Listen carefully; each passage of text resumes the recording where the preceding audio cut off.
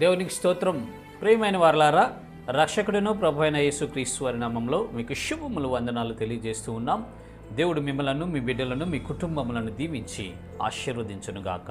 Amen. God bless you. దేవునికి స్తోత్రం. హల్లెలూయా. ప్రియమైన దేవుని పిల్లలారా, ప్రాణంతో ఉన్నటువంటి ఒక జీవి బ్రతకాలి అంటే అది మొక్కలు కావచ్చు, జంతువులు కావచ్చు, పక్షులు కావచ్చు, మనుషులైనా కావచ్చు. మనం బ్రతకాలంటే మనకు ఆహారం ఎంతైనా అవసరం అండి.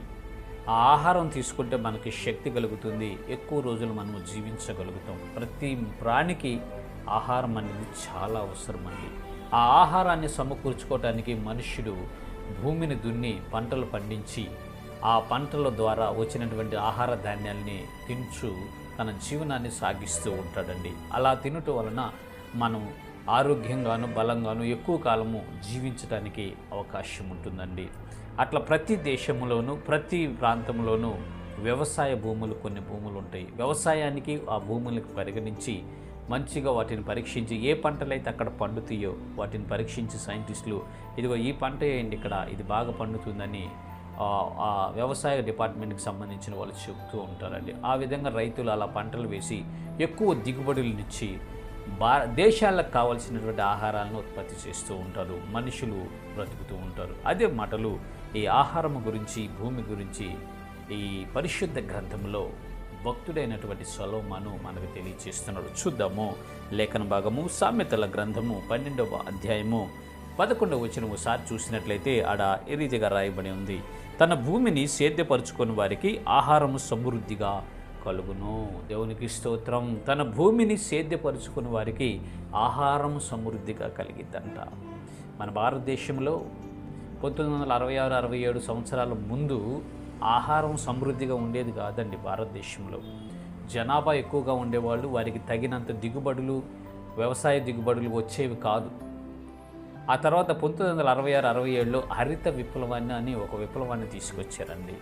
ఎంఎస్ స్వామినాథన్ గారని ఆయన సైంటిస్టు, అగ్రికల్చర్లో ఆయన ఏం చేశారంటే హరిత విప్లవాన్ని ఒక విప్లవాన్ని తీసుకొచ్చి, అంటే ఫెర్టిలైజర్స్, పెస్టిసైడ్స్ ఇవన్నీ వాడి కొత్త కొత్త వంగడాలని, కొత్త క్రాస్ బీడ్ వంగడాలని కనిపెట్టి ఆయన ఆ వ్యవసాయాన్ని అభివృద్ధి చేశాడు. అప్పుడు దిగుబడి అధికంగా వచ్చిందండి. భారతదేశ ప్రజలు తిని తృప్తిపరచబడే అంత దిగుబడిని ఆ తర్వాత సంవత్సరాల్లో భారతదేశం చూసింది. ఇప్పుడైతే అధునాతన పద్ధతుల్లో భూములు దున్నుకొని వ్యవసాయం చేసి సమృద్ధిగా పంటలు పండిస్తున్నారు. మనమందరము భోజనాలు సమృద్ధిగా చేస్తూ ఉన్నామండి.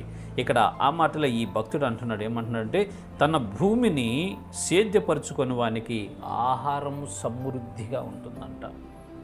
గ్రామీణ ప్రాంతాల్లో, విలేజెస్లో మనం గమనిస్తే అక్కడ రైతులు వ్యవసాయం చేస్తూ ఉంటారు.